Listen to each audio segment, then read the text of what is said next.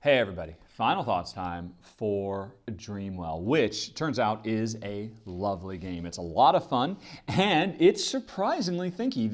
Particularly if you play the advanced version of the game, which I demoed in the extended playthrough, there is a lot going on. It's a very, very fast, very tight, very tense race and a really interesting, constantly evolving puzzle where the board is always in flux and you're always trying to get just the right cards in your hand so that you can make these really nice combo chains of friends that you're going to find, and it just works really well. It's very smooth, very fast playing. And in spite of how deep it is, this is definitely like a quickie.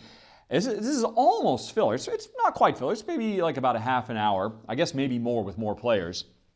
But for us with Jen, it's generally under half an hour. But it's a very, very tough half hour where you are really put through the ringer.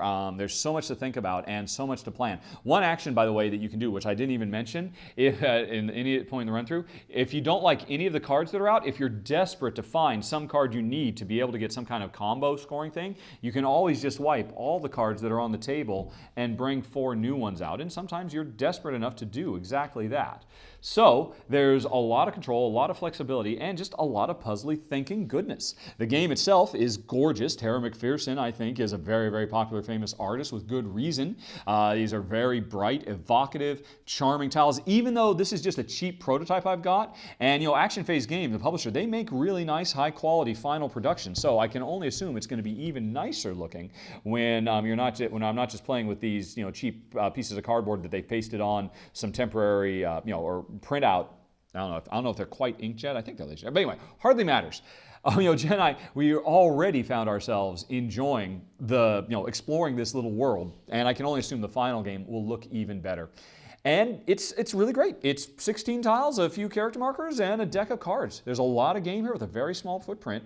And that, folks, is Dreamwell. Now, if you have any questions, comments, concerns, as always, please let me know. Sorry for any mistakes I made along the way. I'm sure I lost track of how many turns I had taken because, man, this game, it just puts you through the ringer so much. But hopefully you have a pretty good idea of what this game feels like to play and whether it's right for you. So that's it, folks. Thanks for watching. Talk to you later. So long. Bye-bye.